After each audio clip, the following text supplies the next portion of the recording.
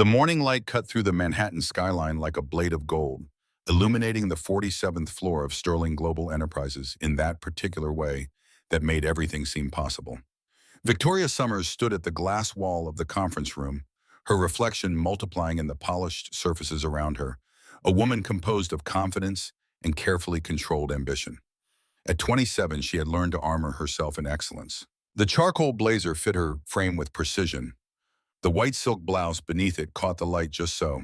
Her natural hair was styled in an elegant twist that spoke of both professionalism and pride, each curl deliberate, intentional, perfect.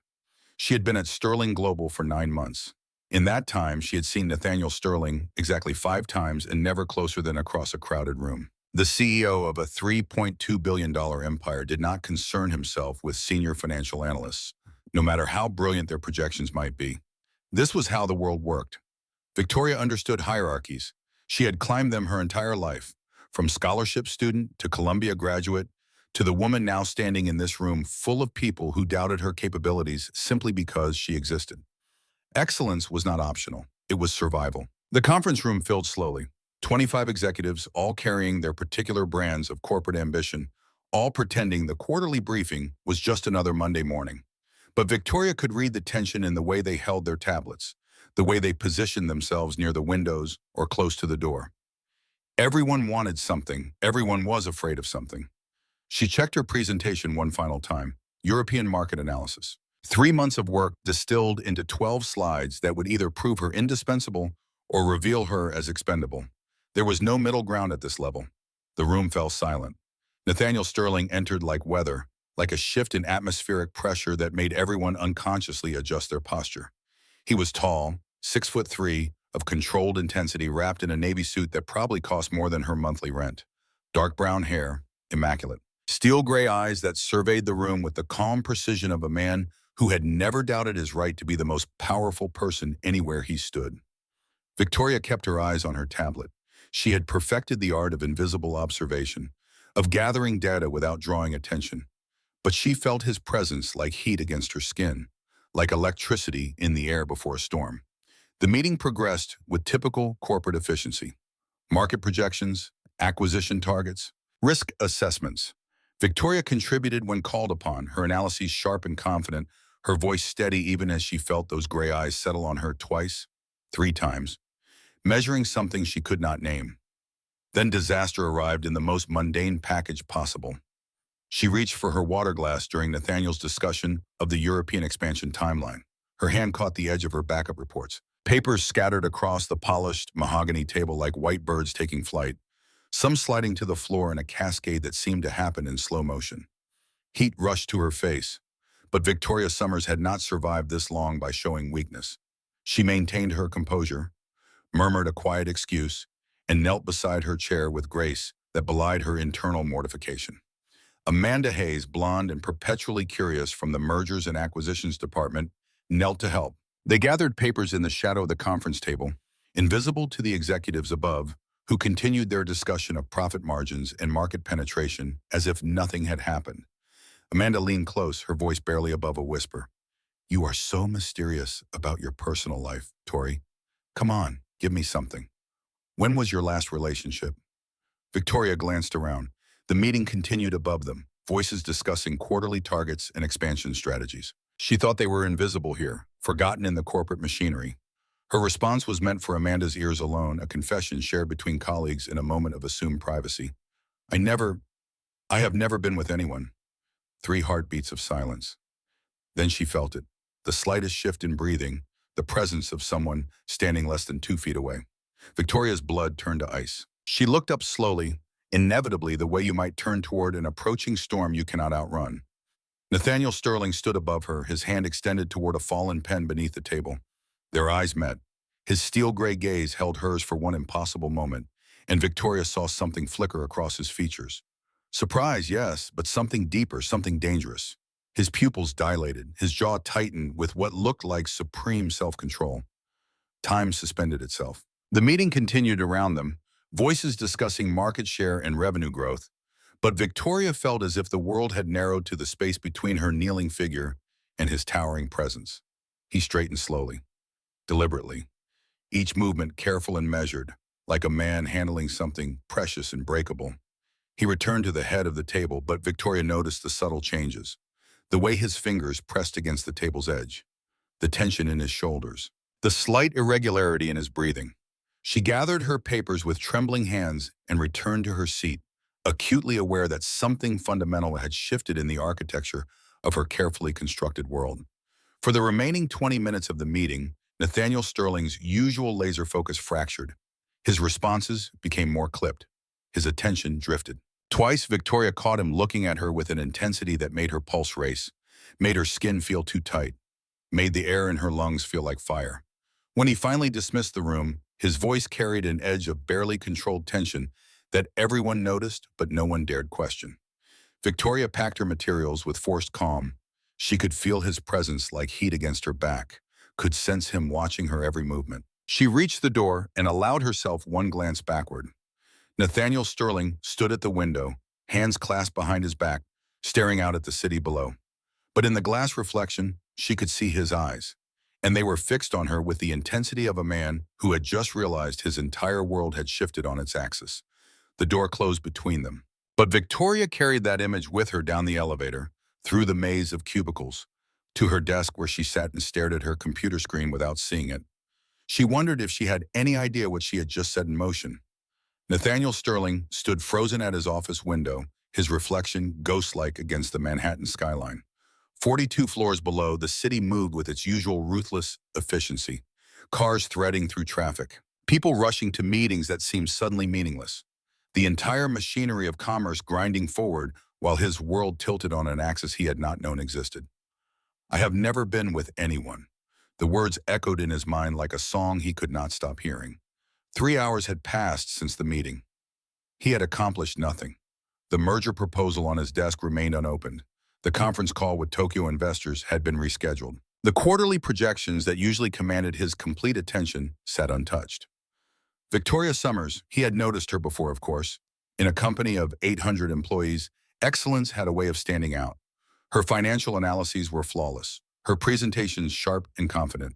She carried herself with a quiet strength that commanded respect without demanding it. But this morning, kneeling beside that conference table, looking up at him with those deep brown eyes, vulnerable and proud at the same time, something inside him had snapped.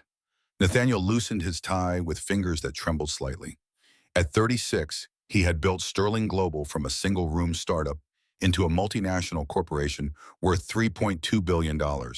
He had conquered markets, outmaneuvered competitors, earned the fear and respect of everyone who mattered in the business world. He had never once been undone by a whispered confession. His assistant's voice crackled through the intercom. "Mr. Sterling, the 3 o'clock board meeting." The words left his mouth before his brain could intervene. "Cancel it." Silence stretched across the line. Helen Martinez had been his assistant for 6 years and had never heard him sound like this. Raw, uncertain, almost reckless. "Sir?" Nathaniel closed his eyes, feeling the weight of what he was about to do. Cancel everything. All meetings, all calls, everything. For today. Another pause, longer this time. He could practically hear Helen's confusion crackling through the speaker. "Send everyone home. Full pay. Effective immediately." "Everyone, sir?" Her voice carried disbelief. "Everyone except essential security?" "Yes." The silence that followed felt eternal. Nathaniel wondered if the connection had died. When Helen finally spoke, her professionalism remained intact, but he could hear the shock beneath it. "I will send out the company-wide notification right away." Nathaniel ended the call and slumped into his leather chair. What was he doing? In 14 years of building this empire, he had never allowed personal feelings to influence a single business decision. He prided himself on cold logic, strategic thinking, emotional discipline. But the image of Victoria's face, that moment of startled vulnerability when their eyes met, had shattered something fundamental inside him. Never been with anyone. The thought was driving him mad. Not just the innocence of it, but the quiet dignity with which she had said it. No shame, no apology, just honest truth shared in what she thought was confidence. His phone buzzed with confused messages from department heads. His email filled with concerned inquiries from board members. The business news feeds would pick up the story within hours. Sterling Global CEO sends entire workforce home. Market speculation runs wild. He did not care. Nathaniel stood and walked to his private elevator, his reflection multiplying in the polished steel doors. He looked like a man possessed. His usual perfect composure cracked around the edges, revealing something raw and desperate beneath. The 44th floor was already emptying when he arrived. Confused employees gathered their belongings, whispering about emergency shutdowns and corporate crisis. Some looked worried. In the current economy, sudden closures could mean layoffs or bankruptcy. Nathaniel moved through the chaos like a ghost, his attention focused on one destination, the financial analysis department. He found her exactly where he expected, at her desk, still working. While everyone else rushed to pack up and leave, Victoria Summers sat calmly at her computer, finishing what appeared to be a complex spreadsheet. She had removed her blazer. The crisp white of her blouse made her dark skin glow under the fluorescent lights. Her natural hair had loosened slightly from its morning style, a few curls framing her face in a way that made Nathaniel's chest tighten. She looked up as he approached, and he watched her posture straighten with professional alertness. No fear, no nervous energy, just quiet competence and genuine curiosity. "Mr. Sterling," her voice was smooth, professional, perfectly controlled. "Is everything all right?" The announcement seemed sudden. Nathaniel stopped 3 feet from her desk, close enough to catch the subtle scent of her perfume, something warm and sophisticated that made him think of amber and silk, close enough to see the gold flecks in her brown eyes. "Everyone else has gone home." Victoria glanced around the now empty floor, then back at him with those intelligent eyes that seemed to see straight through his carefully constructed walls. "I wanted to finish the Morrison account reconciliation. It will only take another 20 minutes. Of course she did. While everyone else panicked about the unexpected closure, Victoria Summers stayed focused on her work, determined to complete her responsibilities regardless of external chaos. It was exactly the kind of integrity that had caught his attention months ago, and exactly the kind of character that made her confession this morning so devastating. "Leave it." The words came out more like a command than he intended. Victoria's eyebrows rose slightly, but she did not bristle at his tone. Instead, she studied his face with the same analytical precision she brought to financial reports. "Are you sure the client presentation is tomorrow?" "I am sure."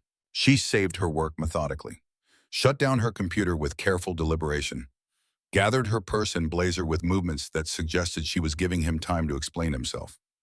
When she stood, they were alone on the entire floor. The silence stretched between them, filled with the weight of shared secrets and unspoken questions. Victoria waited with the patience of someone accustomed to reading between lines, her dark eyes never leaving his face.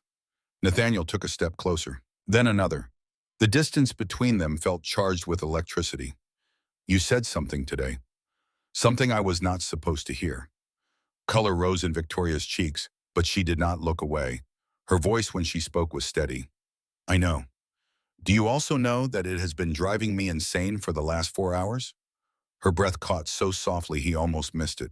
When she spoke, her voice carried a thread of steel beneath the velvet. "And do you know that I am not ashamed of it?"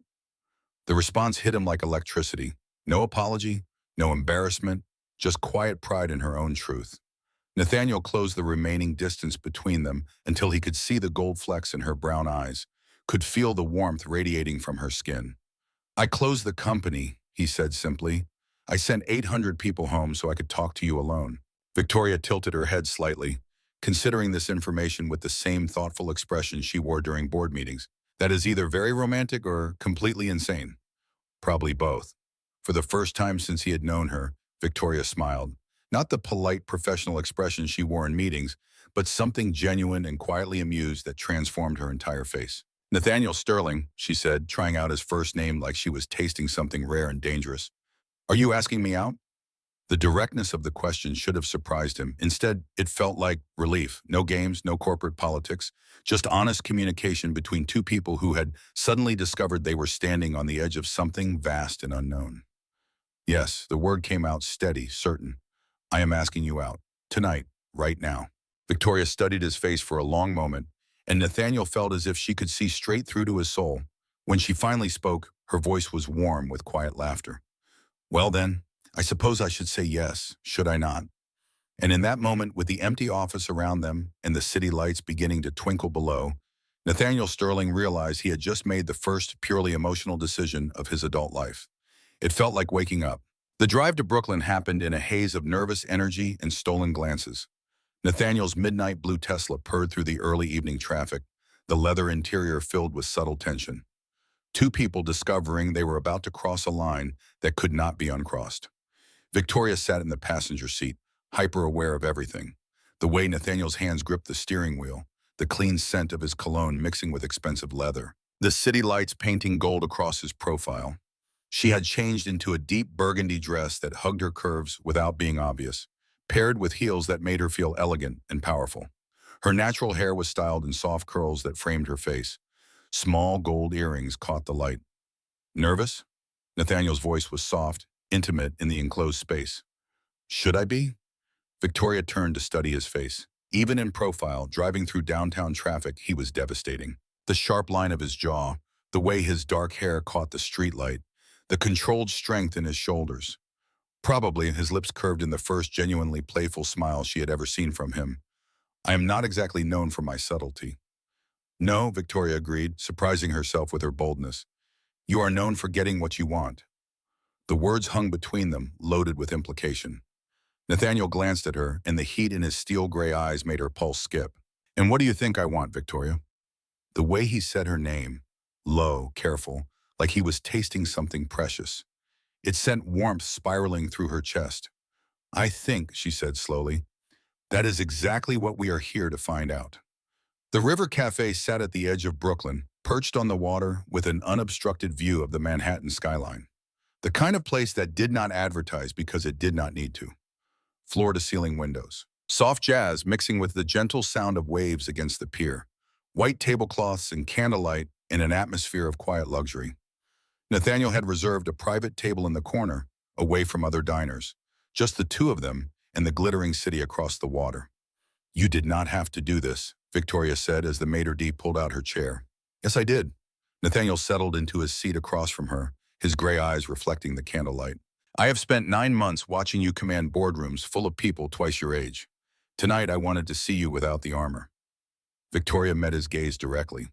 What makes you think this is not armor too? Nathaniel paused, caught off guard by her perception. When he spoke, his voice carried genuine admiration. Because armor does not blush. Heat flooded Victoria's cheeks, proving his point, but instead of feeling embarrassed, she felt powerful. Nathaniel Sterling, the man who had built an empire on reading people, was studying her like she was a mystery he desperately wanted to solve. The sommelier appeared with wine. Nathaniel ordered without looking at the menu, some French vintage that probably cost more than Victoria's monthly rent.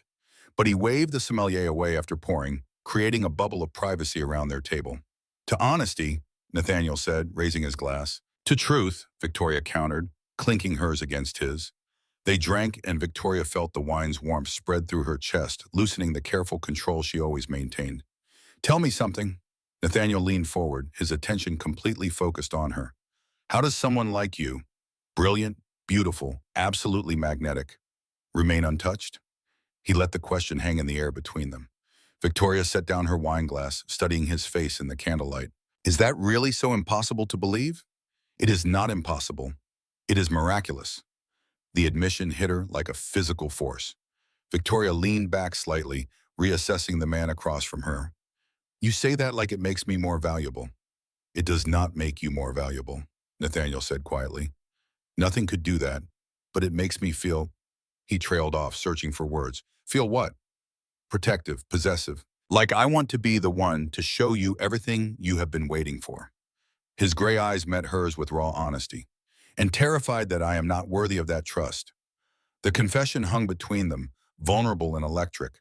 Victoria felt her carefully constructed walls beginning to crumble. Not from pressure, but from choice. Nathaniel, she reached across the table to cover his hand with hers. His skin was warm, strong. She felt him tense at the contact. What if I told you that worthiness is not about what you have done or what you own, or how many companies you have built? What is it about? Her thumb traced across his knuckles, marveling at the way such a powerful man could be undone by simple touch. How you make me feel when you look at me like I am the only person in the world. Nathaniel turned his hand palm up, catching her fingers and holding them. How do I make you feel? Seen, she said simply. Like all the waiting was for something, for someone. The air between them crackled with tension so thick Victoria wondered if other diners could feel it.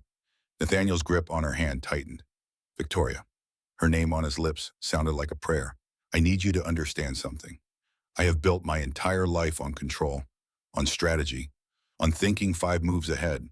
But sitting here with you, all of that just disappears. Is that frightening? Terrifying. His smile was soft, wondering, and completely addictive. Their food arrived, beautifully prepared dishes that neither of them truly noticed. They were too busy discovering each other. The way Victoria's laugh could make Nathaniel's entire body relax. How his genuine interest in her thoughts made her feel intellectually appreciated for the first time in her life. They talked about families and fears and dreams. About the weight of expectations and the freedom of choosing your own path. About music and mathematics and the strange beauty of financial projections that told stories about human behavior. And underneath every word, every glance, every accidental touch of hands reaching for water glasses, ran a current of desire so strong it felt like gravity pulling them together. After dinner, Nathaniel led her out onto the restaurant's private pier. The wooden planks stretched into the East River, Manhattan's lights reflecting on the dark water like scattered diamonds. The night air was cool against Victoria's skin. They walked in comfortable silence, Nathaniel's hand warm in hers, until they reached the pier's end. I used to come here, Nathaniel said quietly, looking out at the water. When I was younger. My father would bring me when he needed to think through difficult deals. Did it work? For business, yes. For everything else, he turned to face her fully. I do not think my father ever learned to clear his mind of anything that did not involve profit margins. Victoria heard the pain beneath his words. Is that why you became so much like him? The question was direct, unflinching. Lesser men might have deflected, but Nathaniel met her eyes with absolute honesty. Yes and no. I wanted to build something that mattered. But somewhere along the way, I forgot that empires are meaningless if you have no one to share them with. He stepped closer, close enough that Victoria could feel the warmth radiating from his body. What changed your mind? You did, watching you in meetings, the way you would get this small line between your eyebrows when you were working through a complex problem, how you would bite your lower lip when you were concentrating. Heat flooded Victoria's cheeks. You were watching me that closely? Victoria, his voice carried amused exasperation. I have been watching you since your second week. At first, I told myself it was professional interest, but then I started noticing other things. He moved closer still, creating an intimate space that felt separate from the rest of the world. The way you always made sure the new interns felt included. How you would stay late to help colleagues who were struggling. The fact that you have never once used your intelligence as a weapon, even when dealing with people who underestimated you. Victoria's breath caught. She had assumed her small kindnesses went unnoticed in the corporate machinery. Most people do not pay attention to things like that. Most people are not falling in love. The words hit the air between them like lightning. Impossible to take back. Victoria's eyes widened. Nathaniel straightened abruptly, running a hand through his hair. I did not mean to. That was not how I wanted to. Nathaniel, Victoria's voice cut through his stumbling apology, calm, clear. Look at me. He did, and she saw vulnerability there that took her breath away. The most powerful man in New York, reduced to uncertainty by 3 words he had spoken without thinking. Are you, she asked softly, falling in love? Nathaniel's jaw tightened. For a moment, Victoria thought he might retreat into his corporate armor. Instead, he stepped closer, his hands coming up to frame her face with gentleness that made her heart stutter. I am not falling, he said, his voice rough with honesty. I have already fallen. Completely. Irrevocably. I think I started the day I hired you, and I just did not have the courage to admit it until I heard you say you had never been with anyone. Victoria's world tilted, not because of his confession, but because of how right it felt. How perfectly his words aligned with feelings she had been afraid to examine too closely. Why did that change everything? She whispered. Nathaniel's thumbs traced along her cheekbones, because it made me realize that if I was going to love someone, really love someone, it should be someone pure enough to trust me with something that precious. Someone strong enough to choose me not because of what I could give them, but because of who they wanted me to become. And the kiss happened inevitably. Like weather. Like sunrise. Victoria rose on her toes and Nathaniel met her halfway. Their lips touched softly at first. A question asked and answered. Then his arms came around her and the kiss deepened into something that felt like coming home and embarking on an adventure at the same time. When they finally broke apart, both breathing hard, Nathaniel rested his forehead against hers. "Come home with me," he said. "Not a demand, an invitation. Let me show you what you have been waiting for." Victoria searched his eyes and found only honesty, desire, love so deep it terrified and excited her in equal measure. "Yes," she whispered. And with that single word, Victoria Summers stepped across a threshold she had been approaching her entire life. The first night changed everything and nothing at all. Victoria woke in Nathaniel's Tribeca loft as morning light spilled through floor-to-ceiling windows, turning the city into molten gold. She lay wrapped in Egyptian cotton sheets that cost more than her monthly salary, watching the man beside her sleep. His dark hair was tousled, his face softer without the corporate armor, his arm draped across her waist with possessive tenderness. This was Nathaniel Sterling, without the empire. Just a man who had whispered, "I love you," against her skin, like a prayer. Who had shown her what it meant to be worshipped and cherished in equal measure. Who had proven that patience and passion could coexist in the same touch. She traced her fingers along his jaw, memorizing the moment. In a few hours, they would return to the office, to speculation and whispers in the complicated dance of professionalism. But here, in this suspended bubble of morning light and shared breath, they were simply two people who had found something rare and precious. Nathaniel's eyes opened, steel gray meeting warm brown. "Good morning, beautiful." His voice was rough with sleep, intimate and unguarded. "Good morning." Victoria felt heat rise in her cheeks, not from embarrassment, but from the memory of everything they had shared. The way he had loved her with reverent intensity. How he had made her feel both powerful and cherished. "Regrets?" he asked softly, his hand moving to cup her face. "Only one." Concern flickered across his features. "What?" "That we wasted 9 months pretending we did not want this." Nathaniel's answering smile was brilliant, transformative. He pulled her closer and kissed her with the kind of lazy thoroughness that made her forget about the outside world entirely. But the outside world had a way of demanding attention. They returned to Sterling Global separately, a strategic choice born from Victoria's insistence on maintaining professional boundaries. She would not hide their relationship, but neither would she flaunt it. Let people draw their own conclusions. Those who mattered would judge her on merit, not speculation. The first week passed in a haze of stolen moments in building intimacy. Nathaniel found excuses to stop by her department, always appropriate, always professional, but somehow managing to make each interaction feel like foreplay.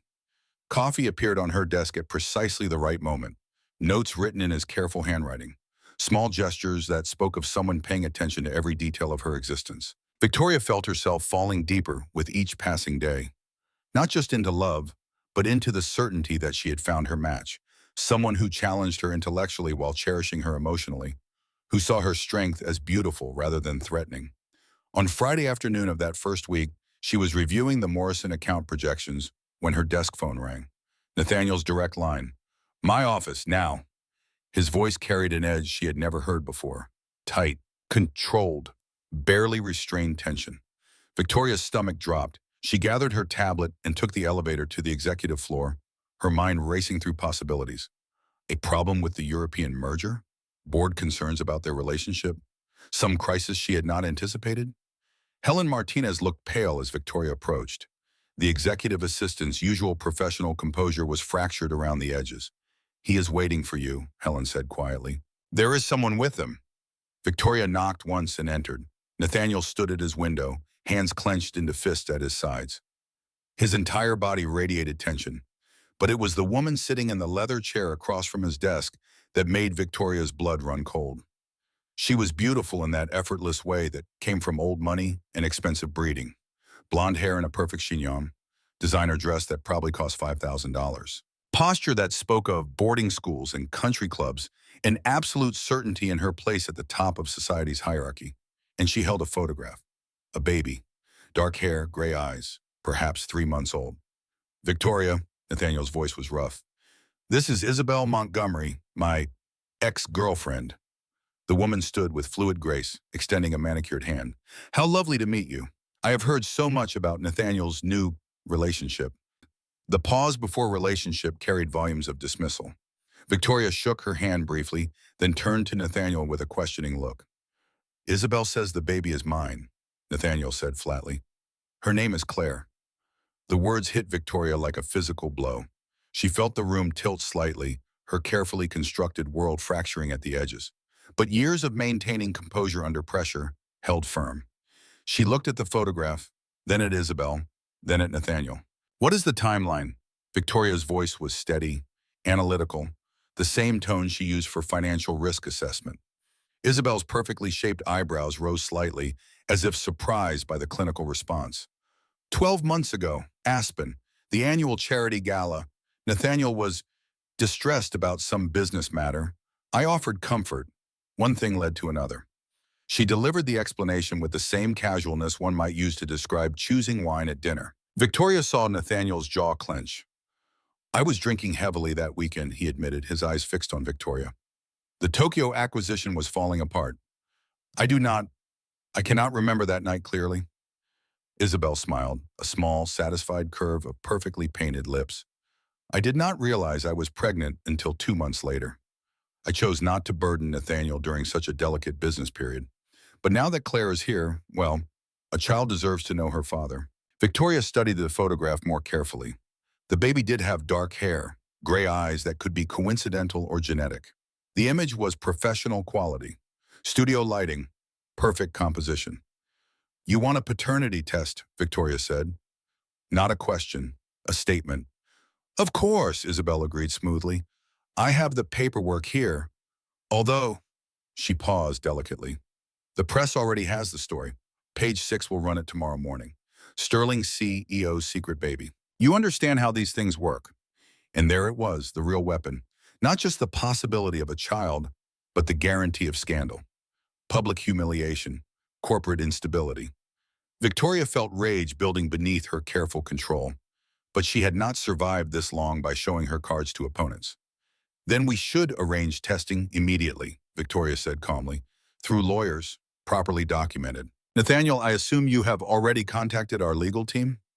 Nathaniel's eyes met hers across the room. She saw gratitude there, relief, and something deeper. Admiration for the way she was handling a situation designed to destroy them. They are standing by. Excellent. Victoria turned to Isabel with a professional smile that did not reach her eyes.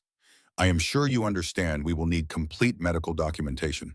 Hospital records, birth certificate, full chain of custody for any DNA samples. Isabel's smile faltered slightly. That seems excessive.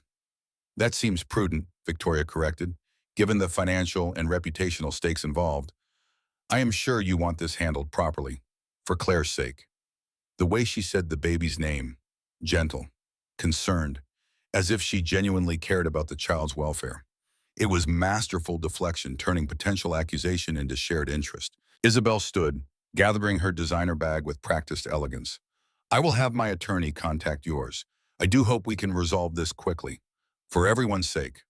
After she left, silence filled the office like smoke. Nathaniel moved toward Victoria, but she held up a hand. Tell me everything, every detail you remember about that weekend. He did, the Tokyo acquisition falling through at the last minute.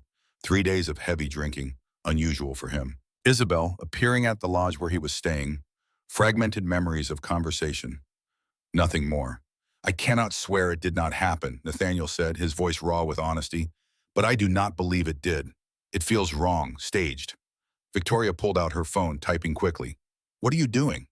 Hiring an investigator, someone discreet, former FBI. If there is anything questionable about her story, we will find it. She looked up at him then, seeing the fear in his eyes. Not fear of the scandal, but fear of losing her. Victoria, if this is true, then we deal with it, she said firmly. Together, but I do not think it is true. The timeline is convenient, the revelation perfectly timed to cause maximum damage. And she leaked to the press before talking to you. That is not the behavior of a mother concerned about her child. That is the behavior of someone with an agenda. Nathaniel crossed the room and pulled her into his arms. Victoria let herself lean into his strength for just a moment before pulling back. We need to be smart about this. Professional. The board will have questions. The media will be relentless. We cannot give them any ammunition. What do you need from me? Victoria met his eyes. Complete transparency. No secrets, no matter how difficult. If we are going to survive this, we survive it with honesty. The storm broke exactly as predicted. Page 6 ran the story Saturday morning. Sterling CEO's secret baby. Accompanying photos showed Isabel looking elegant and maternal, holding the baby. Speculation about Victoria's role. Questions about Nathaniel's fitness for leadership. By Monday, paparazzi camped outside Victoria's apartment building. Her phone exploded with calls from reporters. Social media lit up with commentary ranging from sympathetic to vicious. The office gossip was worse. Whispered conversations that stopped when she entered rooms. Sidelong glances. The unspoken question hanging over every interaction. Did he cheat? Is she a fool? Will she stay? Victoria handled it the way she handled everything. With grace and relentless competence, she doubled down on work quality, arrived early, stayed late, made her analyses more thorough, her presentations more compelling. If people were going to talk about her, she would give them professional excellence to discuss. The private investigator worked quickly. Within a week, he delivered his preliminary report. Victoria read it in her apartment late at night with growing certainty that her instincts had been correct. Isabel Montgomery's trust fund had been cut off by her family 18 months ago after a series of bad investments. She was $2 million in debt. The timeline of the alleged conception coincided with a trip to Paris, documented by social media posts and credit card receipts. Hospital records showed no birth registered to Isabel Montgomery in the tri-state area during the relevant time period. And most damning, a wire transfer from Douglas Whitmore, senior board member at Sterling Global, to Isabel's account, $100,000.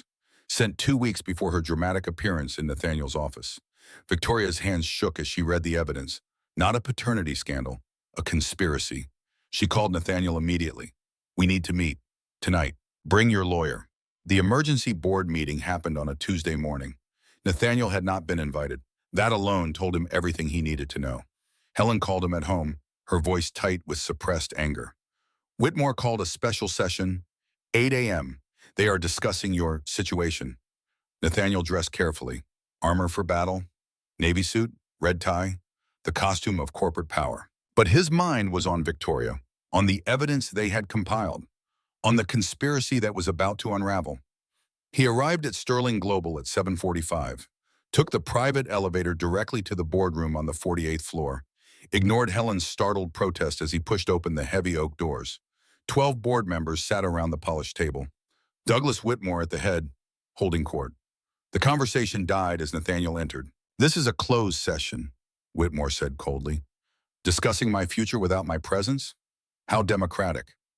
Nathaniel moved to the windows, forcing them to turn in their seats to face him, taking control of the room through simple positioning. We are concerned about the company's reputation, one of the younger board members said carefully. The media coverage has been damaging. Stock price is down 8%, another added. Investors are nervous. About what? Nathaniel's voice was calm, dangerous. About a manufactured scandal designed to destabilize leadership? Whitmore's expression remained neutral, but Nathaniel saw the slight tension around his eyes. That is quite an accusation. It is quite a conspiracy. Nathaniel pulled a folder from his briefcase, set it on the table with deliberate care. Isabel Montgomery's trust fund, cut off 18 months ago, $2 million in debt, no hospital records of giving birth. And most interesting, a wire transfer from you, Douglas, $100,000. 2 weeks before she appeared in my office claiming paternity. The room went silent. 11 board members turned to look at Whitmore. The older man's face remained impassive. I have made many investments. I do not recall every transaction. Your personal account to hers, documented, with a memo line that reads preparation fee. Nathaniel's voice was steel. What exactly was she preparing for, Douglas? Another board member leaned forward. Is this true? Whitmore's composure cracked slightly. This is circumstantial, inadmissible. In a court of law, perhaps, Nathaniel agreed. But we are not in court. We are in a boardroom. And I have enough evidence to destroy your reputation, your career, and your freedom. The only question is whether you confess now or force me to expose this publicly. The threat hung in the air. Nathaniel watched Whitmore calculate odds, measure risks, come to the inevitable conclusion. I wanted what was best for the company, Whitmore said finally. You have become distracted, emotional, closing the company for a day over a woman, making decisions based on personal feelings rather than strategic thinking. So you hired my ex-girlfriend to fake a pregnancy and destroy my credibility. Whitmore's silence was answer enough. Another board member spoke, his voice hard. Douglas, is this true? I was protecting shareholder value. By committing fraud, by conspiracy. The board member looked at Nathaniel. What do you want to do? Nathaniel had already decided. He had discussed it with Victoria the night before. They had war-gamed every possibility. Douglas resigns immediately, surrenders his board seat, signs a full confession. In exchange, I do not press charges. Do not expose the details publicly. Let him retire quietly with whatever dignity he can salvage. That is generous, someone murmured. It is strategic, Nathaniel corrected. A public scandal helps no one. But make no mistake, if this information ever becomes necessary to protect Victoria's reputation or the company's interests, I will use it without hesitation. The vote was unanimous. Whitmore left under escort, his carefully constructed power dismantled in less than an hour. After the board dispersed, Nathaniel stood alone in the empty room, looking out at Manhattan spreading below like a conquered kingdom. But victory felt hollow. The conspiracy was exposed, but the damage lingered. His phone buzzed. Victoria. How did it go? He is gone. It is over. No, Victoria said softly. It is just beginning. 8 weeks later, Nathaniel stood in the Great Hall of the Metropolitan Museum of Art, surrounded by 500 of New York's most powerful people, and felt his heart trying to escape his chest. The Sterling Foundation's annual gala was the social event of the fall season. Black tie, celebrity performers, donations that funded arts education for underprivileged children across the city. Normally, Nathaniel endured it with professional courtesy and strategic networking. Tonight, he could barely breathe. Victoria moved through the crowd like liquid elegance in an emerald dress that made her dark skin glow. Her natural hair was styled in goddess braids adorned with small gold beads. She commanded attention without demanding it, her laugh genuine and warm as she spoke with donors and board members. The past 2 months had been a crucible.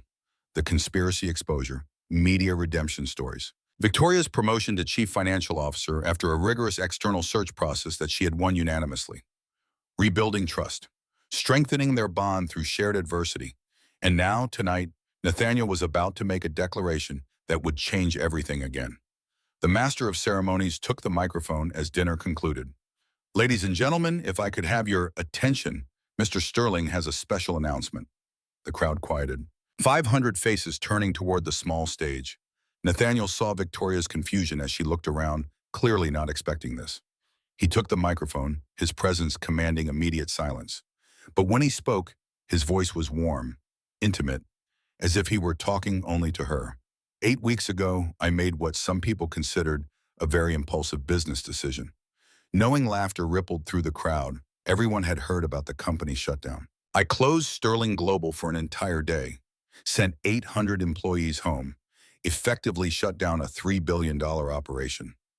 He found Victoria in the crowd, her eyes wide, beginning to understand. I want to tell you why I did that. The room was completely silent now.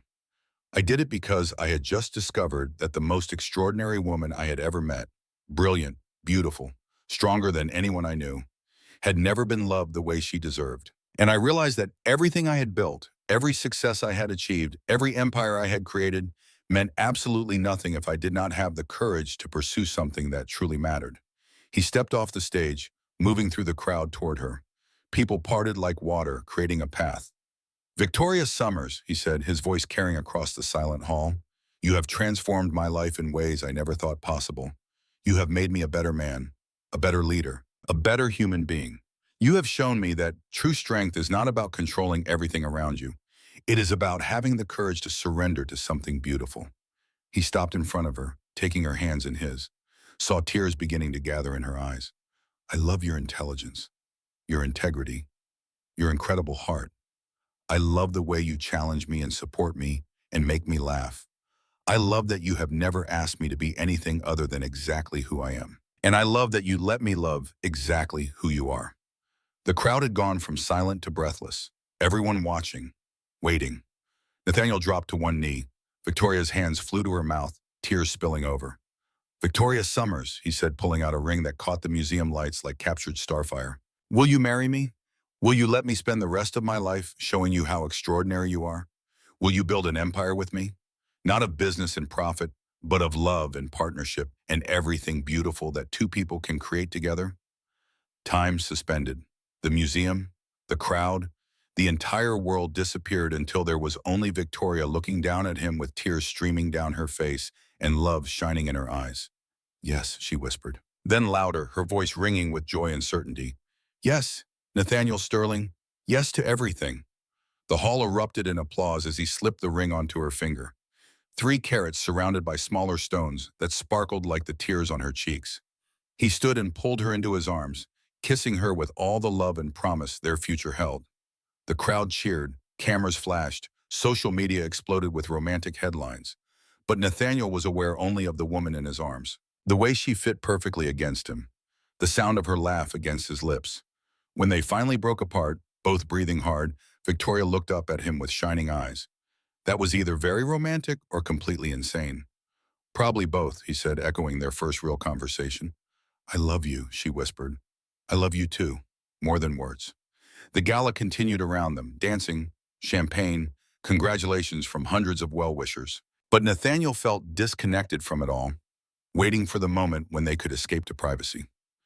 Finally, near midnight, they slipped away to the museum steps. The night air was cool, the city spread below them in a carpet of lights. Victoria leaned against the stone balustrade, her emerald dress catching the glow from street lamps. Nathaniel wrapped his arms around her from behind. No regrets? He asked softly. Only one. He felt her smile against his chest. What? That it took you so long to ask. Nathaniel laughed, the sound rich with joy. We have the rest of our lives. Is that a promise? It is a guarantee.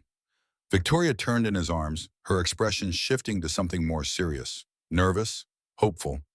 Nathaniel, I have something to tell you too. His heart rate kicked up. Something in her tone, the way she looked at him. What? She took his hand and placed it against her stomach. Held it there with both of hers. I am pregnant. 8 weeks. The world tilted. Stopped. Restarted on a completely different axis. You are... Nathaniel could not finish the sentence. Could not process the magnitude of what she was saying. We are having a baby. Joy exploded through him. Pure, overwhelming, transformative. He pulled her close, burying his face in her hair. We are having a baby, he repeated, testing the words, feeling them reshape his entire understanding of the future. We are. They stood together on the museum steps, wrapped in each other and the promise of everything their love was becoming.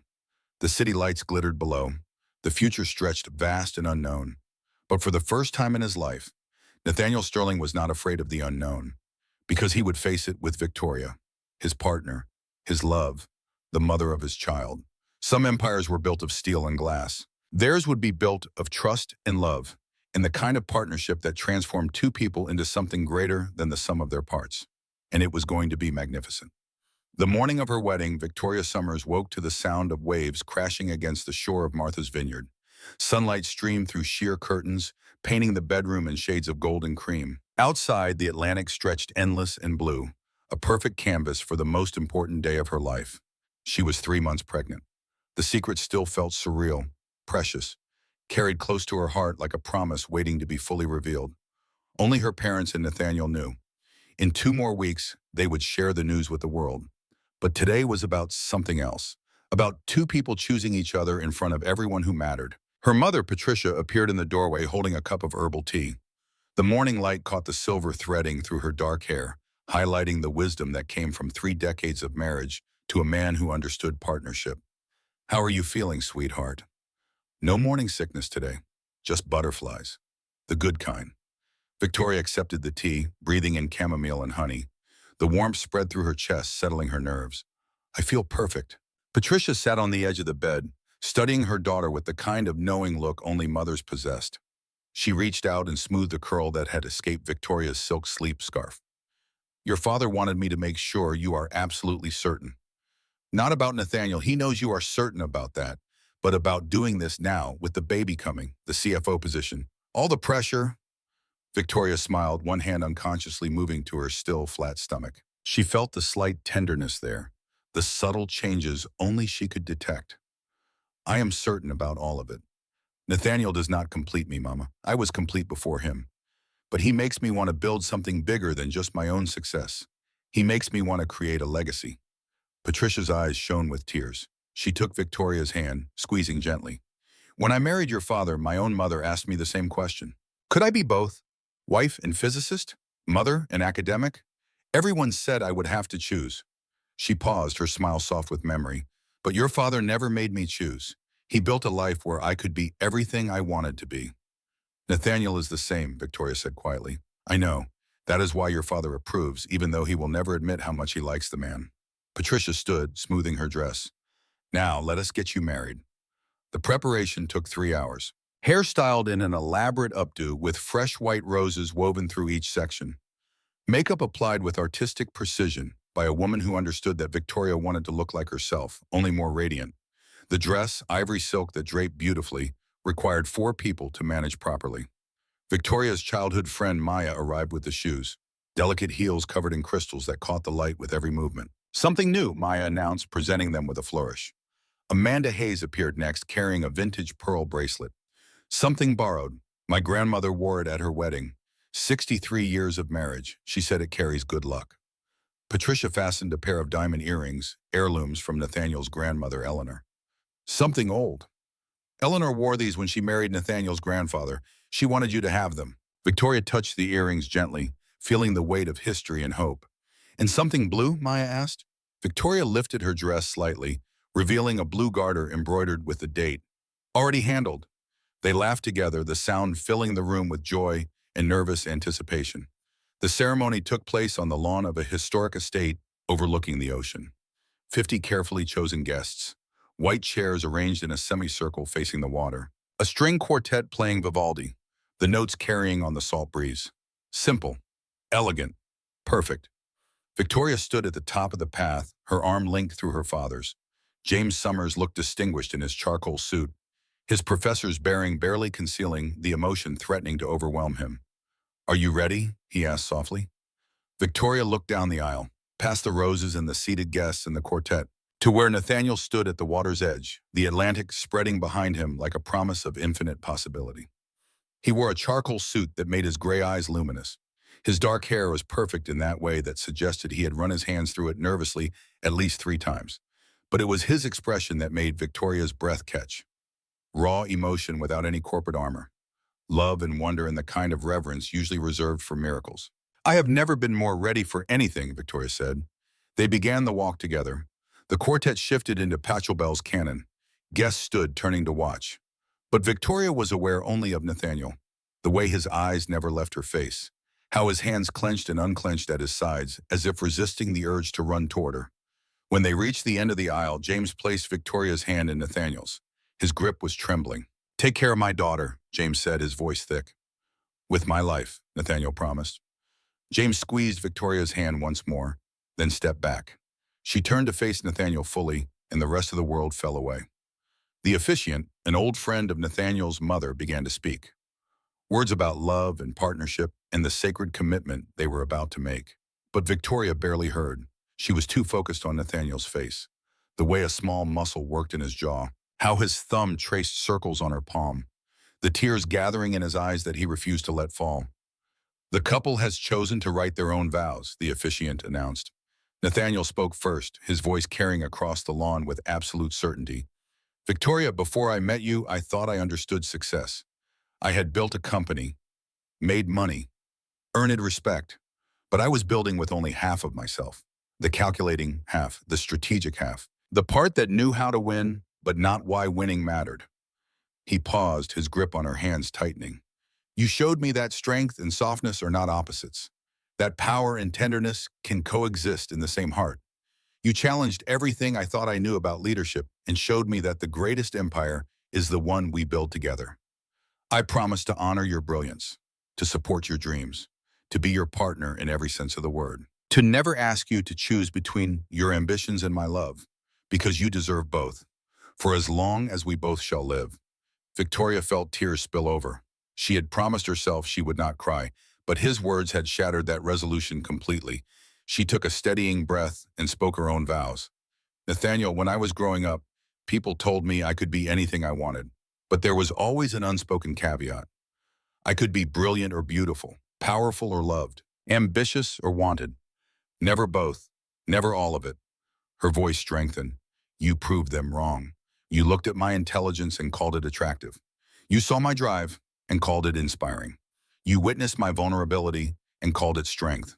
You showed me that I did not have to diminish myself to be loved, that the right person would want all of me, not despite my complexity, but because of it. She squeezed his hands. I promise to challenge you, to support you, To build something beautiful with you that our children will be proud to inherit. I promise to never let either of us forget that empires built on love last longer than empires built on profit, for as long as we both shall live. The rings were simple platinum bands, perfectly matched. As Nathaniel slipped the ring onto her finger, his hand trembled. Victoria did the same for him, feeling the cool metal settle into place like a promise made tangible. By the power vested in me, the officiant said, beaming, I now pronounce you husband and wife. Nathaniel, you may kiss your bride. Nathaniel pulled her close, his hand cradling the back of her head with infinite gentleness. The kiss was soft at first, tentative, then deeper, more certain. A conversation conducted entirely through touch, saying everything that words could not express. The crowd erupted in applause. The string quartet launched into a joyful recessional, and Victoria Summers became Victoria Sterling, beginning a new chapter while carrying the next generation literally beneath her heart. The reception unfolded on the estate's terrace overlooking the ocean. Sunset painted the sky in shades of coral and gold, tables draped in white linen, candles flickering in hurricane glass, a jazz trio playing standards from the 1950s. Victoria danced with her father first. James held her carefully, as if she were still 5 years old and standing on his feet while he waltzed around their living room. I am proud of you, he said simply, not because you married well, though you did, but because you chose someone who makes you more yourself, not less. That is all I ever wanted, Victoria replied. I know, and you deserve it. The father-daughter dance ended. Nathaniel swept in immediately, pulling her into his arms for a slow waltz. They moved together as if they had been dancing for decades, their bodies in perfect synchrony. How are you feeling? He asked quietly. The baby? Perfect. We are both perfect. Halfway through the song, Victoria felt it. A sensation so subtle she almost missed it, like bubbles rising, like the flutter of butterfly wings against the inside of her stomach. She stopped dancing abruptly, her hand flying to her abdomen. What is wrong? Nathaniel's face filled with concern. Nothing. I felt the baby move for the first time. Wonder transformed his expression. He pressed his hand over hers, flat against her stomach, waiting. The flutter came again, stronger this time. I felt it, he whispered, awe saturating every syllable. I felt our daughter. They stood in the middle of the dance floor, surrounded by guests and music and celebration, but existing in a private bubble of shared miracle.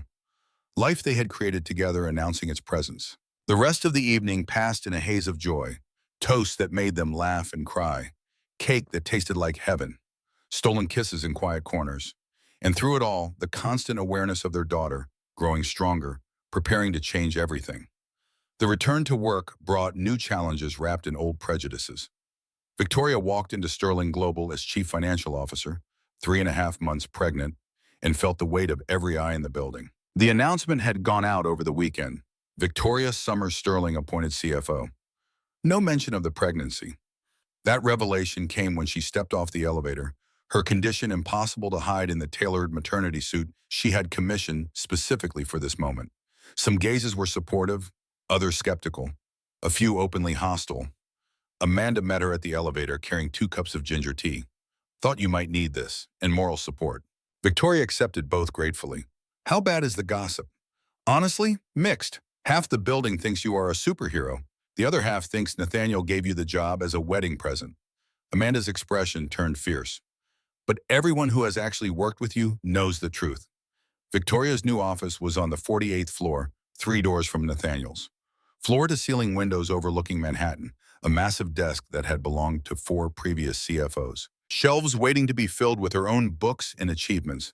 She spent the first week proving herself all over again, arrived at 6:30 every morning, before most executives, stayed until 7 most evenings, restructured the European division to increase efficiency by 18% within 10 days, identified $3 million in redundant expenses that previous management had missed, negotiated a $400 million credit facility with terms so favorable the previous CFO called her personally to congratulate her.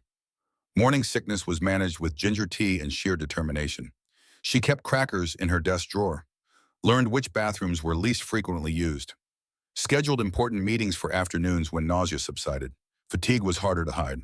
By 3 o'clock, her body demanded rest. But she pushed through with coffee and willpower, refusing to show any weakness. The baby grew steadily. At her 16-week appointment, Dr. Chen confirmed everything was progressing normally. Strong heartbeat, good measurements, no complications. You are doing great, Dr. Chen said warmly, but I need you to slow down. You are working too hard. I have to prove I earned this position.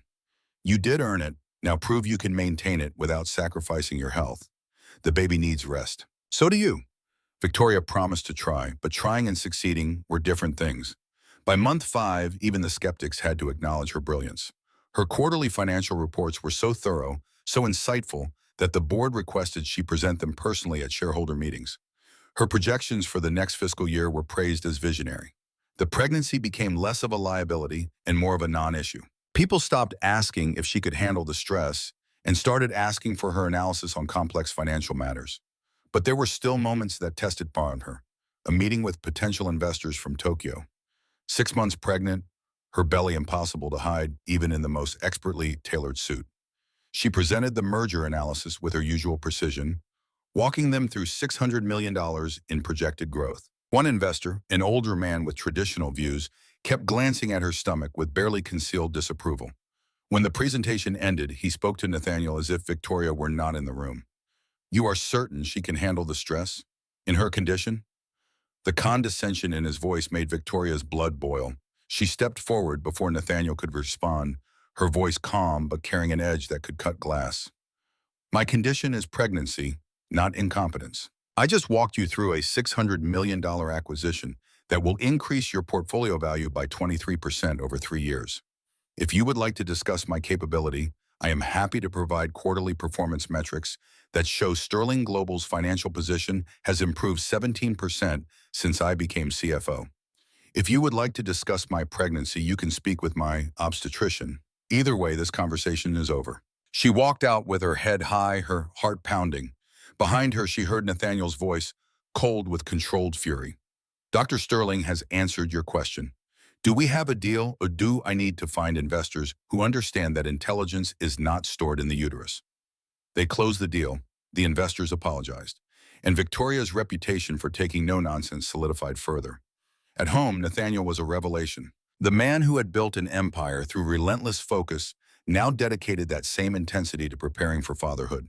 He cooked dinner every night, having taken cooking classes specifically to make nutritious meals. He rubbed Victoria's swollen feet while reviewing her day. He read pregnancy books with the same focus he brought to financial reports, highlighting passages and taking notes. The nursery became his personal project. He refused to hire contractors, insisting on doing the work himself, painting walls a soft sage green, assembling furniture piece by piece, installing blackout curtains and a sound machine and shelves for the books he was already collecting. Victoria would find him there sometimes, late at night, sitting in the rocking chair with a book about infant development, his expression intense with concentration. What are you reading? She asked one evening, leaning against the doorframe. Research on how babies recognize voices in utero. Apparently, if I talk to her now, she will know my voice when she is born. Victoria moved to stand behind him, her hands on his shoulders. Talk to her then. Nathaniel turned in the chair, pressing his face against her belly. His voice when he spoke was soft, intimate, meant only for their daughter. Hello, little one. This is your father. Your mother and I are building a world for you. A world where you can be anything, everything. We will teach you to be strong and kind, brilliant and compassionate. We will show you that love is not weakness, but the greatest strength of all. Victoria felt tears slip down her cheeks as she listened. This man who had once measured success in profit margins now measured it in moments like these. Promises whispered to a child not yet born. They learned they were having a girl at the 20-week ultrasound. The technician pointed to the screen, showing them fingers and toes and the curve of a spine. And then, unmistakably, the confirmation of gender. You are having a daughter, the technician announced, smiling. Nathaniel cried, openly, without shame, his hand gripping Victoria's with trembling intensity while he stared at the grainy image of their child. A daughter, he whispered. We are having a daughter. They chose the name together one evening, sitting in the completed nursery. Nathaniel at the piano he had moved from the living room, playing softly. Victoria in the rocking chair, one hand on her moving belly. What about Eleanor? Victoria suggested, watching him play. After your mother? Nathaniel's hand stilled on the keys. He looked at her with such emotion that she felt her own eyes fill. Are you certain? That is a big honor. She raised an incredible son. I want our daughter to carry that legacy. And Rose, Nathaniel said softly. After your mother. Eleanor Rose Sterling. Ellie for short. Perfect. She is going to be perfect. The headache started during the 32-week prenatal appointment. Victoria mentioned it almost casually to Dr. Chen. Just stress, long hours, the usual complaints of late pregnancy. But when Dr. Chen wrapped the blood pressure cuff around her arm and began to pump, her expression shifted from routine to concerned. The numbers climbed. Higher, higher still. 160 over 100, that is too high. Dr. Chen's voice remained calm, but Victoria heard the underlying worry. She tested Victoria's urine immediately. Protein present, checked her hands and feet. Significant swelling that Victoria had attributed to normal pregnancy changes. I am admitting you for observation. I have a board meeting tomorrow, Victoria protested. The annual budget review. I have been preparing for weeks. Dr. Chen met her eyes with the kind of firmness that brooked no argument. You have a potentially life-threatening condition called preeclampsia. The board can wait. Your life cannot. The admission happened within the hour. Victoria barely had time to call Nathaniel before nurses were hooking her up to monitors, taking blood samples, restricting her to bed rest. Nathaniel arrived looking terrified. He gripped her hand while Dr. Chen explained the diagnosis and risks. Preeclampsia, a dangerous complication affecting 5 to 8% of pregnancies. High blood pressure damaging organs, risk of seizure, stroke, organ failure. The only cure was delivery. But she is only 32 weeks, Nathaniel said, his voice tight. Her lungs. I know. We will try to manage it conservatively. Bed rest, monitoring, medication. But if symptoms worsen, we deliver immediately. Premature lungs are treatable. Maternal seizure is not. The first night in the hospital was the longest of Victoria's life. Monitors beeped constantly, tracking her blood pressure, heart rate, Ellie's heartbeat. Every spike made nurses rush in. Every alarm sent panic through her chest. Nathaniel refused to leave. He pulled a chair beside her bed and held her hand through the long, dark hours. This is not your fault, he said quietly when she finally voiced the guilt eating at her. I worked too hard, pushed too much. You did what you always do, gave everything you had. But preeclampsia is not caused by working. It is a medical condition. Random. Unpredictable. I wanted to prove I could do everything. Nathaniel brought her hand to his lips, kissing her knuckles gently. You have nothing left to prove. Not to the board, not to the company, not to me. You are already the strongest person I know. After 3 days of intensive monitoring, Dr. Chen made her assessment. Blood pressure remained elevated but stable. No worsening symptoms. She could go home with strict conditions. Complete bed rest. No work. Weekly monitoring here at the hospital. Any increase in symptoms, headache, vision changes, pain, you come back immediately. No exceptions.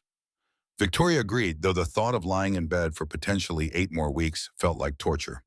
Nathaniel took family leave. The announcement sent shockwaves through Sterling Global. Nathaniel Sterling, who had not taken more than a long weekend in 14 years, stepping away completely. The board was supportive. After everything that had happened with Whitmore, they understood that family mattered, that some things were more important than quarterly earnings. The days blurred together in a haze of horizontal living.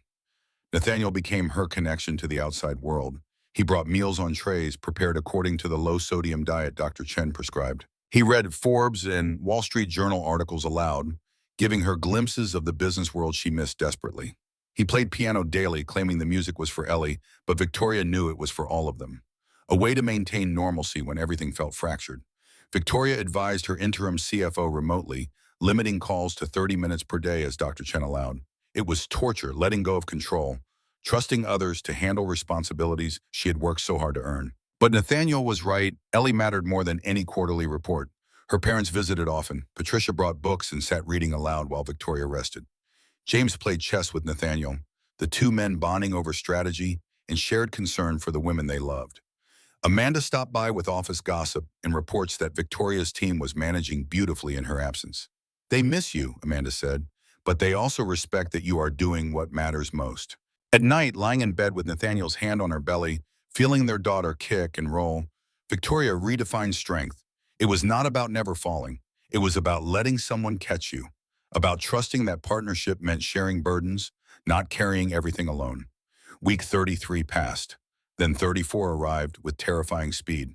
Victoria woke at 6 a.m. with a splitting headache, the kind that made light hurt. made sound unbearable. She tried to sit up, but the room spun violently.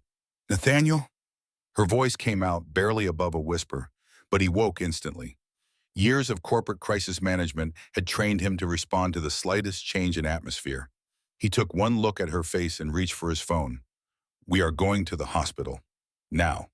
The ambulance ride was a blur of sirens and Nathaniel's voice, steady and calm even though his hands shook in hers. Paramedics asked questions she struggled to answer through the pounding in her skull.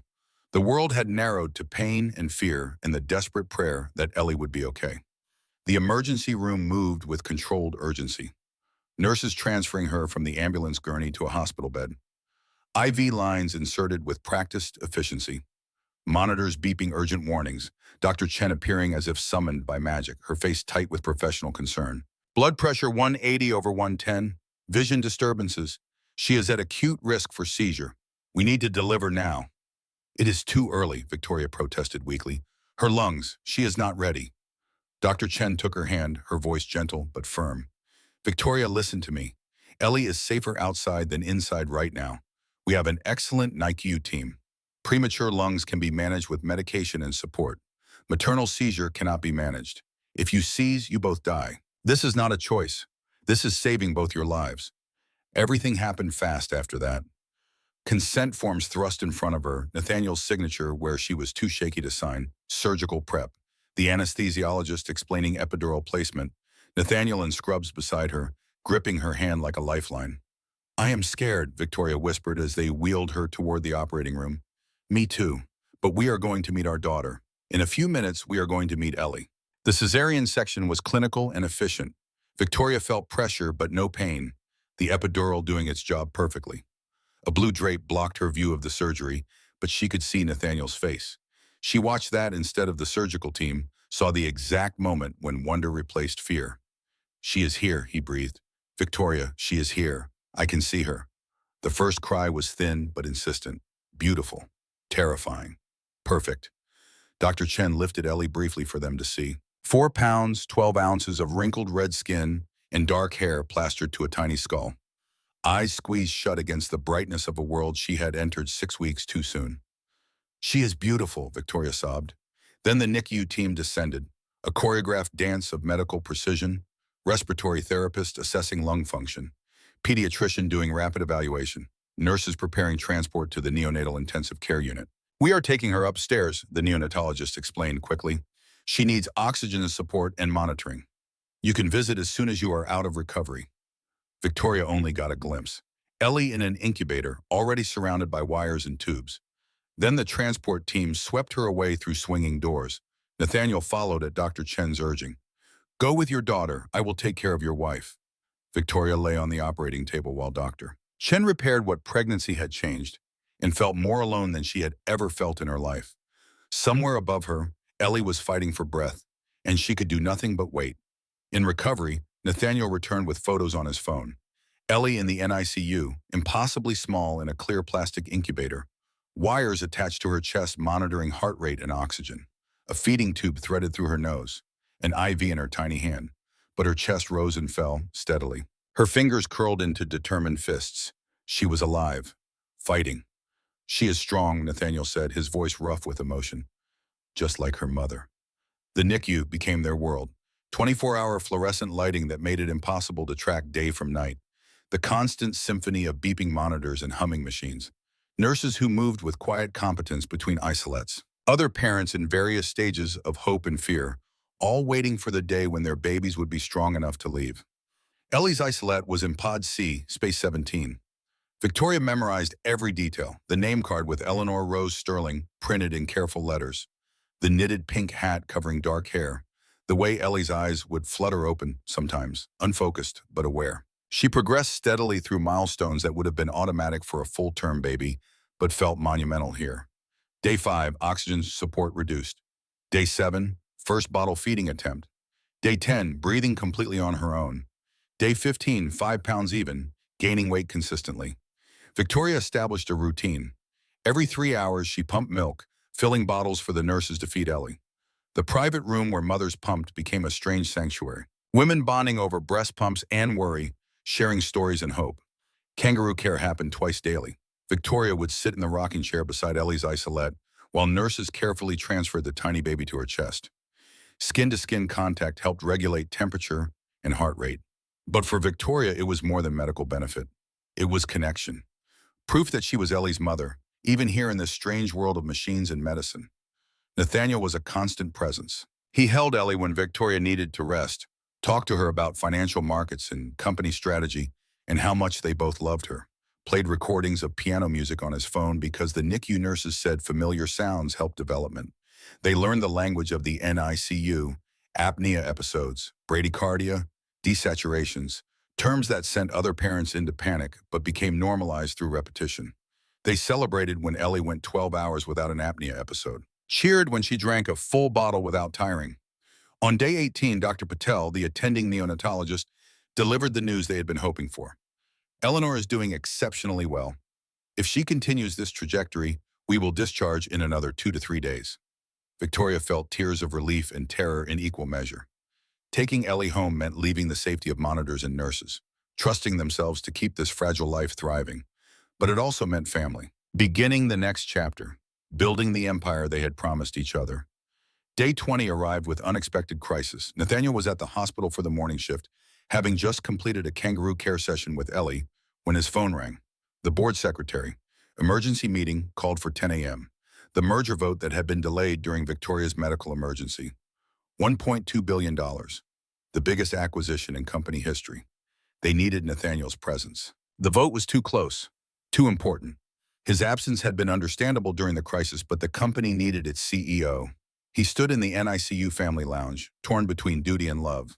The company he had built, the daughter who needed him, the wife who was still recovering. Victoria appeared in the doorway, moving carefully but determined. 3 weeks post-surgery, she was healing well but still in pain. I heard, you need to go. The vote is critical. But I cannot leave you and Ellie. She moved closer, cupped his face in both hands. We are partners. That means sometimes I hold things together while you handle business. Ellie is stable. I am healing. The company needs you for 2 hours. We will still be here when you get back. Are you certain? Go close your deal. Build your empire. But remember what truly matters. He kissed her, hard, grateful, then left for the meeting that would determine Sterling Global's future. Victoria settled into the rocking chair beside Ellie's isolette, watching her daughter sleep. So impossibly small, so determined, growing stronger every day despite being thrust into the world before she was ready. At 9:55, alarms began to blare. A nurse rushed to Ellie's isolette, checking monitors, called for Dr. Patel. More nurses appeared. Victoria stood, her heart pounding. What is wrong? What is happening? Her oxygen saturation is dropping. We are assessing now. Victoria watched doctors cluster around Ellie's isolette, saw her daughter's chest working too hard to breathe, monitors showing numbers that made medical staff move with urgent precision. At 10 a.m., the board meeting convened in Sterling Global's main conference room. 12 members in tailored suits. Nathaniel joining via video from a hospital conference room, his image projected on the wall screen. He began his presentation. The merger benefits, financial projections, strategic advantages, his voice steady despite the worry gnawing at his chest. 10 minutes in, the conference room door burst open. A hospital volunteer appeared, looking for Nathaniel's contact. Mr. Sterling is needed urgently. His daughter is in distress. The board heard it through the video connection. Watched Nathaniel's face drain of color. Saw him stand, laptop forgotten, torn between responsibility and terror. Then Victoria's voice came through the speakers, strong despite the fear underneath. Nathaniel, go to her. I will handle this.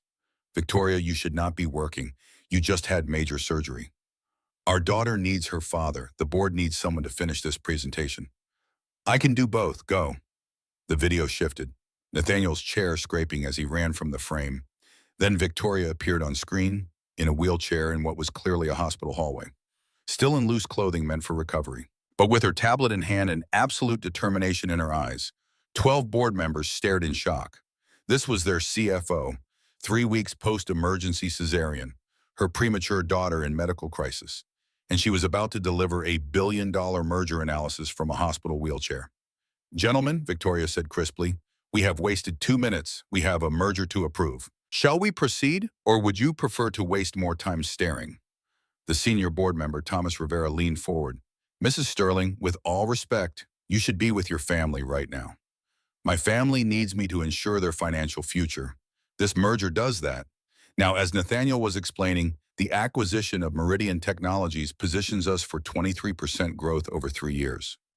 For the next 15 minutes, while Nathaniel raced to the NICU, while doctors worked to stabilize Ellie's oxygen levels, Victoria Sterling delivered her husband's merger analysis from memory. She added her own financial projections, answered questions with the kind of precision that made everyone forget she was recovering from major surgery in a hospital wheelchair. When the vote came, it was unanimous. Motion carries $1.2 billion. Approved. Victoria closed his video connection and returned to the NICU where Nathaniel held Ellie. The crisis had passed. Monitor malfunction, not respiratory failure. But the terror had been real. The reminder that their daughter, while strong, was still fighting battles they could not control. You closed the biggest deal in company history from a wheelchair, Nathaniel said, wonder mixing with residual fear. I had excellent notes, Victoria replied. Then softer, her hand on Ellie's back. How is she? Perfect. She is perfect. Fighting like her mother. Dr. Patel cleared Ellie for discharge the following day. The drive home felt surreal. Ellie in a rear-facing car seat, still so small it had required extra padding. Nathaniel drove 5 miles below the speed limit, treating every bump like a catastrophe. Victoria sat in back, one hand on Ellie's car seat, unable to look away. Their apartment had been transformed, the nursery complete, a bassinet beside their bed, bottles sterilized and ready. Everything prepared by parents and friends who had rallied while they lived in the NICU. That first night, Victoria barely slept. She woke every hour to check that Ellie was breathing. Fed her every 3 hours as instructed. Changed diapers with trembling hands. Nathaniel matched her, hour for hour, taking turns so she could rest. This was parenthood, exhausting, terrifying, more beautiful than anything they had ever built in a boardroom. The first year was a crucible that refined them. Victoria returned to her CFO position when Ellie was 4 months old. It was the hardest thing she had ever done, leaving her daughter with their carefully vetted nanny, pumping milk in her office between meetings, video calling home 3 times a day to see Ellie's face. But it was also necessary. She loved being a mother. She also loved being CFO. The right partner, the right support system, meant she did not have to choose. Nathaniel restructured his schedule. He handled morning routines while Victoria prepared for the day. She took evening shift, giving him time for late calls with international partners. They tag-teamed weekends, hired help where it made sense, made it work through constant communication and the kind of partnership they had promised each other. Ellie thrived. She hit every milestone on schedule or early, rolled over at 4 months, sat up at 6, first tooth at 7 months, first word at 10 months. Data which made Nathaniel cry with joy even as Victoria pretended to be offended.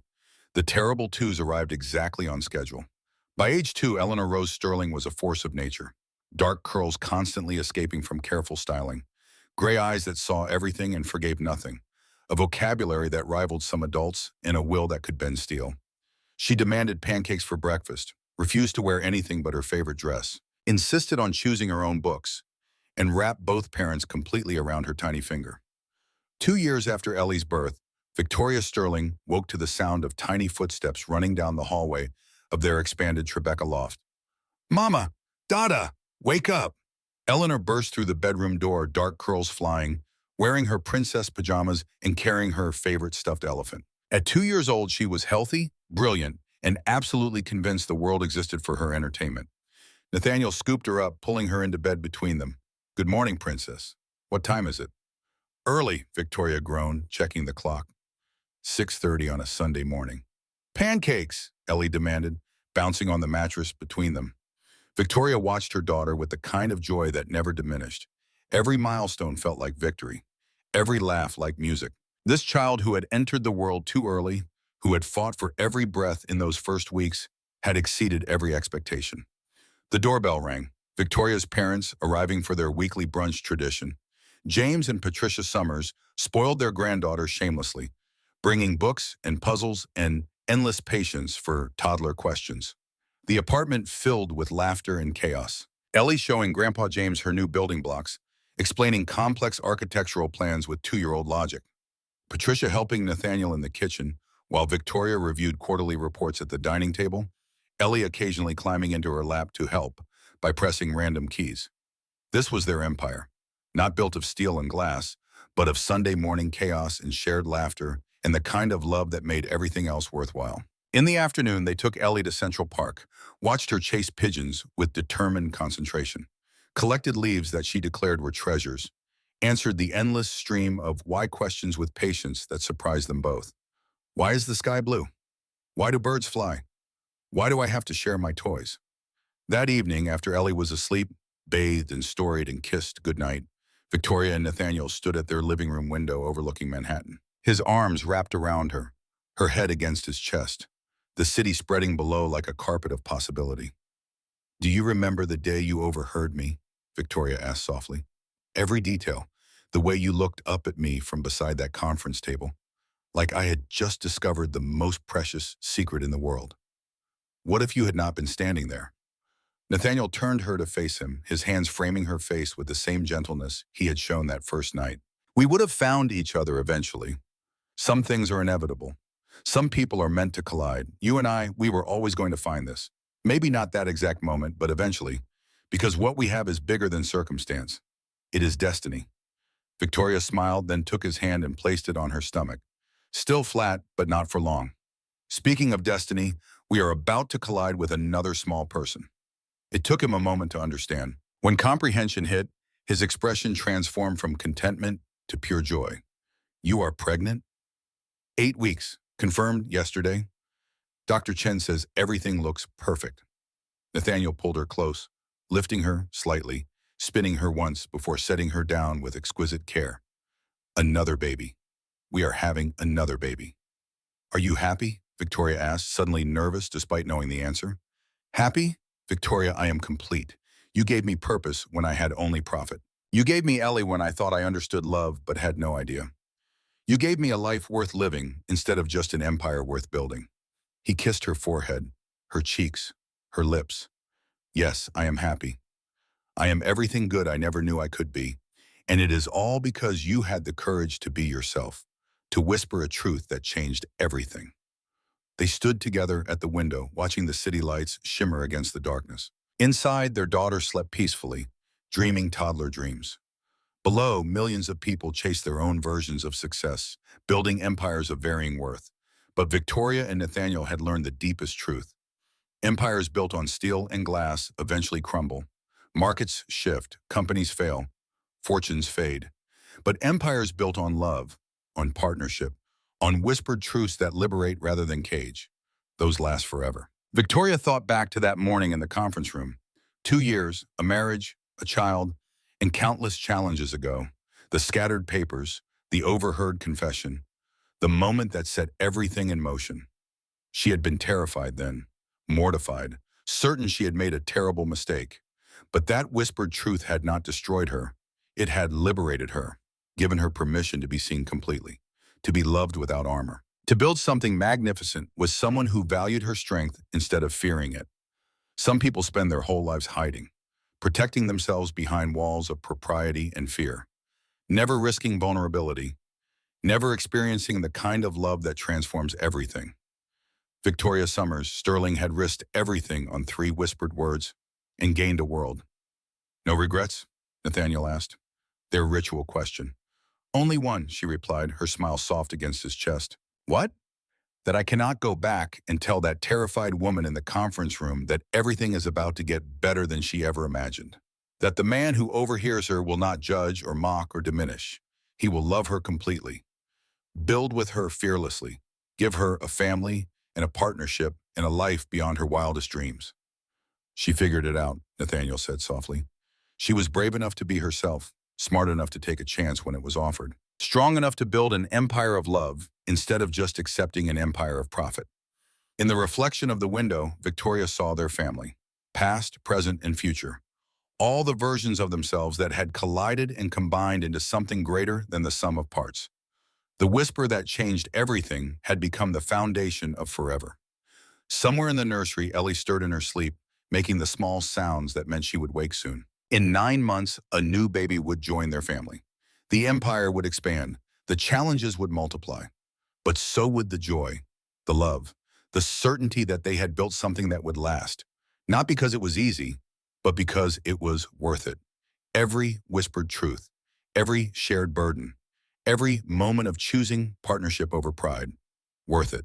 Victoria had waited 27 years to find someone who would see all of her and love all of her. Who would build with her instead of for her? Who would transform vulnerability into strength and partnership into empire? The wait had been worth it, and the life they were building together was worth everything.